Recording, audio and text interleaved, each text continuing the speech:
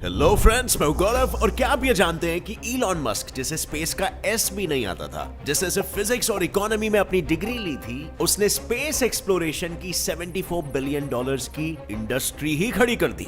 ये इंडस्ट्री खड़ी कैसे की? आज तक स्पेस में स्पेस कैप्सूल भेज के वापस लाने वाली सिर्फ 4 ही स्पेस एजेंसीज मौजूद है, और वो है बड़े बड़े देशों की, जैसे यूएस, रशिया, चाइना, और चौथी वाली है एक private company, yes, SpaceX. Top 3 government agency के साथ कंधे से कंधा मिला के चलने वाला स्पेसएक्स इकलौती ऐसी स्पेस एजेंसी है जिसने ये करके दिखाया है। पर एक प्राइवेट कंपनी 20 साल से भी कम समय में ये कैसे अचीव कर पाई? और इतना सक्सेसफुल होने के बावजूद भी नील आर्मस्ट्रॉन्ग, जो चांद पर कदम रखने वाले पहले शख्स होने के साथ साथ इलॉन मस्क के आइडल भी थे, वो ही आखिर स्पेसएक्स के खिलाफ क्यों खड़े थे? क्यों वो हमेशा से ये कहते थे कि स्पेस सेक्टर को प्राइवेट कंपनीज के हाथों में नहीं देना चाहिए? क्या स्पेसएक्स स्पेस एक्सप्लोरेशन की आड़ में कुछ और ही हासिल करना चाह रहा है, जिसकी भनक नील आर्मस्ट्रॉन्ग को पहले से ही पड़ चुकी थी? इन्हीं सारे सवालों के साथ शुरू करते हैं हमारा आज का ये video titled the rise of SpaceX, Elon Musk's engineering masterpiece.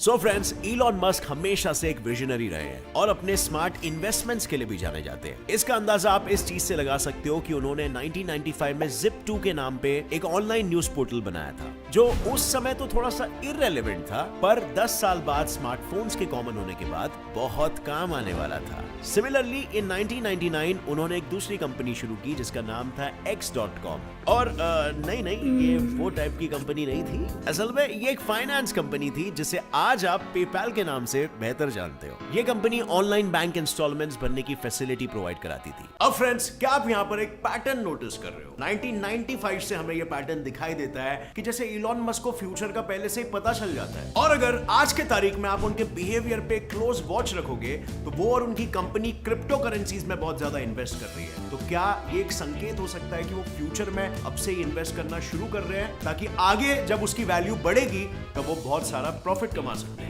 End of course वो इस टेक्नोलॉजी में बिलीव भी करते हैं, क्योंकि वो ये मानते हैं कि आगे कॉइन्स और नोट्स, जो ट्रेडिशनल मॉनेटरी सिस्टम है, उसे रिप्लेस करके क्रिप्टो करेंसी आ सकती है जो ज्यादा सिक्योरिटी प्रोवाइड करेगी। इनफैक्ट उन्होंने ये तक बोल दिया है कि मार्स पर अगर वो कॉलोनाइज करने वाले सबसे पहले इंसान होंगे तो वो वहां की करेंसी भी क्रिप्टो करेंसी पर ही बेस्ड रखेंगे। और फ्रेंड्स, इसका सबसे बड़ा एडवांटेज ये भी होगा कि क्रिप्टो करेंसी को बनाने के लिए किसी मिंट की जरूरत नहीं है, आपको फैक्ट्री डालने की जरूरत नहीं है, और इसकी क्वांटिटी भी बहुत ही लिमिटेड है। जैसे बिटकॉइन की अगर हम बात करें तो सिर्फ 21 मिलियन बिटकॉइंस पूरे दुनिया भर में आज मौजूद है, और उनकी क्वांटिटी हमेशा सेम ही रहने वाली है। तो इमेजिन करो, अगर मार्स पे ये क्रिप्टो करेंसी आ जाता है तो उसकी डिमांड कितनी बढ़ जाएगी, और एज अ रिजल्ट इसकी वैल्यू कितनी हाई हो जाएगी। और इसीलिए अभी से क्रिप्टो करेंसी में इन्वेस्ट करना एक बहुत ही वायबल ऑप्शन बन जाता है। अब फ्रेंड्स, अगर आप क्रिप्टो करेंसी में इन्वेस्ट करना चाहते हो तो मैं सिर्फ एक ही एप्लीकेशन पे ट्रस्ट करता हूं, वो है कॉइनस्विच कुबेर एप्लीकेशन। यहां पर सिर्फ आपको बिटकॉइंस ही नहीं बल्कि 100 से भी ज्यादा लीगल क्रिप्टो करेंसीज मिल जाएंगे, जिसमें आपको एक क्रिप्टो करेंसी पूरा खरीदने की कोई जरूरत नहीं है, बल्कि आप 100 रुपए से भी इन्वेस्टमेंट स्टार्ट कर सकते हो, उसका एक पार्ट खरीद के। अब क्रिप्टो करेंसी परचेस करना बहुत ही कॉम्प्लिकेटेड सा लगता है, बट कॉइनस्विच कुबेर ऐप में आप इतना इजीली इसे परचेस कर सकते हो जैसे कि आप रेस्टोरेंट से खाना ऑर्डर कर रहे हो। और साथ ही में इस ऐप में केवाईसी भी होता है, जो सिर्फ जेन्युइन ऐप्स में ही होता है। और फ्रेंड्स, अभी तो एक वंडरफुल ऑफर भी चल रहा है। अगर आप अभी नीचे डिस्क्रिप्शन में दिए गए लिंक से इस ऐप को डाउनलोड करते हो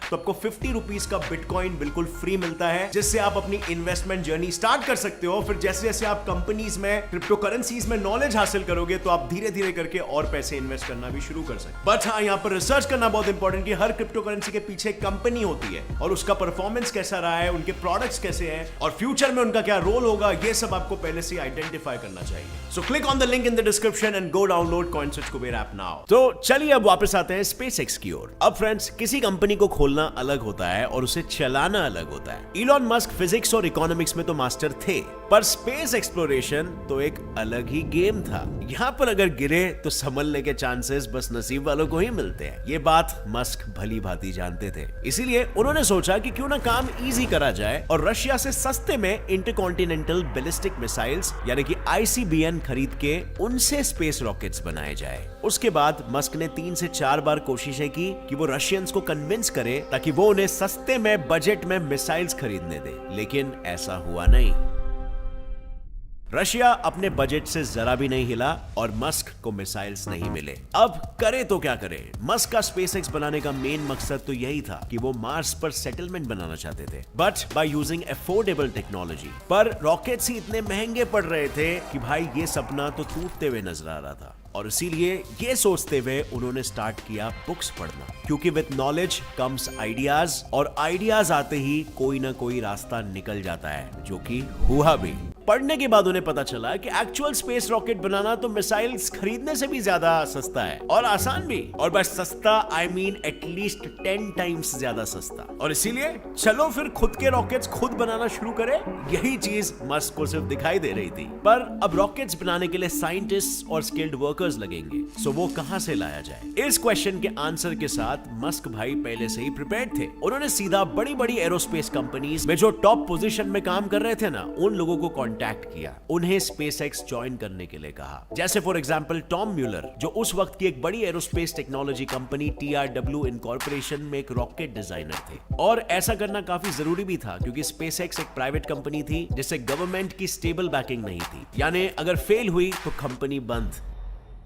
और वो इसीलिए चाहते थे कि गलतियां हो मगर कम हो। अब टीम इकट्ठा होते ही उन सब ने मिलकर सबसे पहला रॉकेट फैल्कन 1 रेडी किया 2006 में। लेकिन अफसोस लॉन्च के टाइम में वही हुआ जिसका डर था। मार्च 2006 में जब फैल्कन 1 को लॉन्च किया गया, तब बस 1 मिनट से भी कम समय में रॉकेट में फ्यूल लीकेज के कारण वो घूमते हुए क्रैश कर गया। पर क्या उस रॉकेट में सिर्फ सही में फ्यूल लीकेज का ही प्रॉब्लम था? क्योंकि स्पेसएक्स का ये सिर्फ इकलौता फेलियर नहीं था। इसके बाद के 2 लॉन्च जो मार्च 2007 और अगस्त 2008 में किए गए थे, वो भी बूम फट गए थे। और 3 लगातार फेलियर्स के बाद स्पेसएक्स पर अब से इन्वेस्टर्स का विश्वास धीरे धीरे डगमगाने लग रहा था, और मस्क इसके कॉन्सिक्वेंसेस बहुत अच्छे से जानते थे। अकॉर्डिंग टू हिम 2008 में वो ऑलमोस्ट ब्रेकडाउन के वर्ज पर थे, क्योंकि स्पेसएक्स फेल हो रहा था। टेस्ला घाटे में चल रहा था, ग्लोबल रिसेशन की मार अलग से पड़ रही थी, और ऊपर से उसी साल उनका डाइवोर्स भी हुआ था। यानी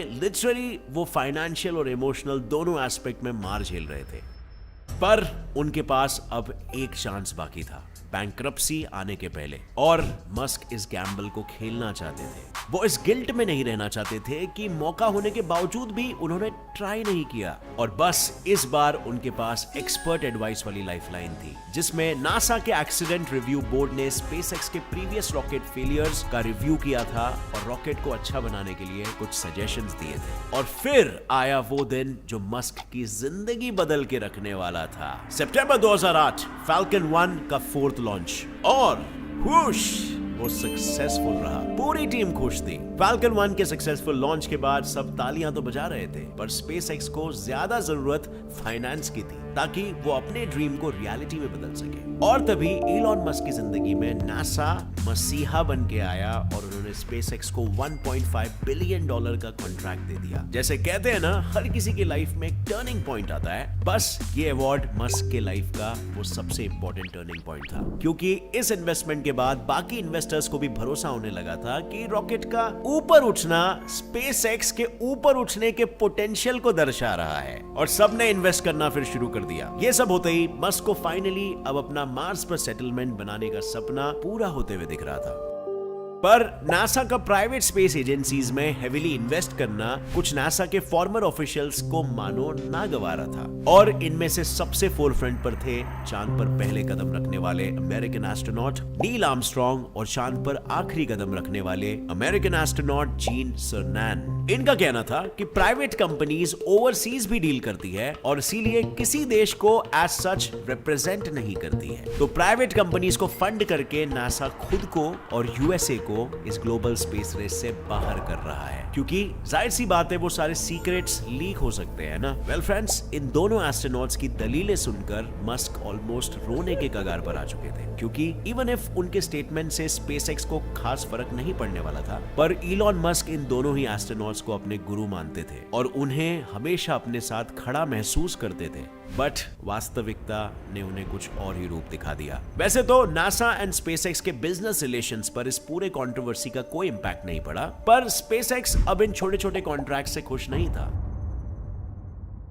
अगेन एक ऐसी चीज में इन्वेस्टमेंट जो उस समय तो थोड़ा सा इररिलेवेंट था पर आज बहुत ही कॉमन है, क्योंकि ऑब्वियस ही बात है उस समय ओवरसीज पेमेंट के लिए कोई प्राइवेट कंपनी रिस्पॉन्सिबल नहीं थी, क्योंकि उस समय ओवरसीज पेमेंट ट्रांसफर करना इतना आसान नहीं था जितना पेपैल ने बना दिया। 2002 में मस्क ने पेपैल को ईबे को बेचा $1.5 बिलियन में, जिसमें से उनके पास पर्सनली सिर्फ $180 मिलियन ही आए और बाकी सब दूसरे स्टेक होल्डर्स में बट गए। पर मस्क शायद इकलौते ऐसे एंटरप्रेन्योर होंगे जिन्होंने अपने पर्सनल फंड्स को इन्वेस्ट करने में कभी भी हिचकिचाहट नहीं की। पैसे आते ही उन्होंने इमीडिएटली अपने पर्सनल फंड्स में से $100 मिलियन स्पेसएक्स को बनाने में यूज किए और बचे हुए फंड्स टेस्ला मोटर्स को बनाने में। और इसी तरह 2002 में स्पेसएक्स का जन्म हुआ, जहां इन डेमो 1 मिशन स्पेसएक्स को 3 पैरामीटर्स पर खड़ा उतरना था। पहला, फैल्कन 9 को एक हल्के पेलोड से भरे स्पेस कैप्सूल क्रू ड्रैगन को लॉन्च करना था, उसको लो अर्थ ऑर्बिट में सेट करना था और वापस सही सलामत आके सॉफ्टली लैंड करवाना था। दूसरा,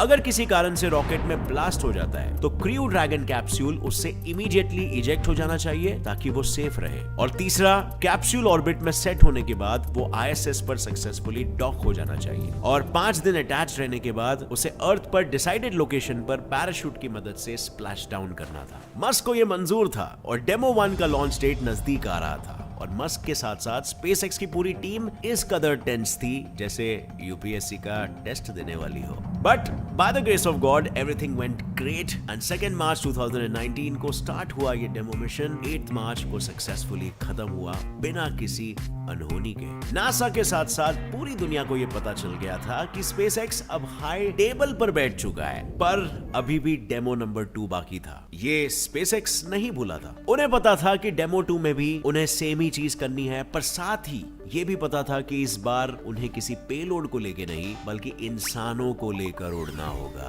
पूरी टीम हर एक चीज की 3 से 4 बार जांच पड़ताल कर रही थी ताकि कोई गड़बड़ ना हो जाए और फाइनली 30 मई 2020 को डेमो नंबर 2 रॉकेट लॉन्च किया गया, जिसने कैप्सूल में मौजूद नासा के दोनों एस्ट्रोनॉट्स बॉब बेनकिन और डग हर्ली को सक्सेसफुली आईएसएस पर पहुंचा दिया। ये दोनों एस्ट्रोनॉट्स कुछ महीने तक वहां पर रहे और सेम कैप्सूल की मदद से 2 अगस्त को वापस अर्थ पर लौट आए एंड डन। स्पेसएक्स अपने दोनों ही डेमो मिशंस में फर्स्ट क्लास से पास हुआ और उसे अवार्ड के तौर पे मिले नासा के मैन्ड मिशंस के कॉन्ट्रैक्ट्स। आज फ्रेंड्स, स्पेसएक्स एक सक्सेसफुल स्पेस कंपनी है जो अपने मार्स कॉलोनाइजेशन ड्रीम को पूरा करने के लिए एक स्टारशिप नाम के एक हेवी ड्यूटी रॉकेट के ऊपर काम कर रहा है। पर यहाँ पर एक क्वेश्चन ये आ जाता है कि नासा अमेरिका की ऑफिशियल स्पेस एजेंसी है और सभी स्पेस एजेंसी से बहुत आगे है, पर वो पैसे बचाने के लिए कॉस्ट इफेक्टिव प्राइवेट कंपनीज को कॉन्ट्रैक्ट्स देती है और इस वजह से कई अमेरिकन सिटीजन्स को ये लगता है कि नासा अपने आप को ग्लोबल कंपटीशन से बाहर कर रही है। पर एक तरफ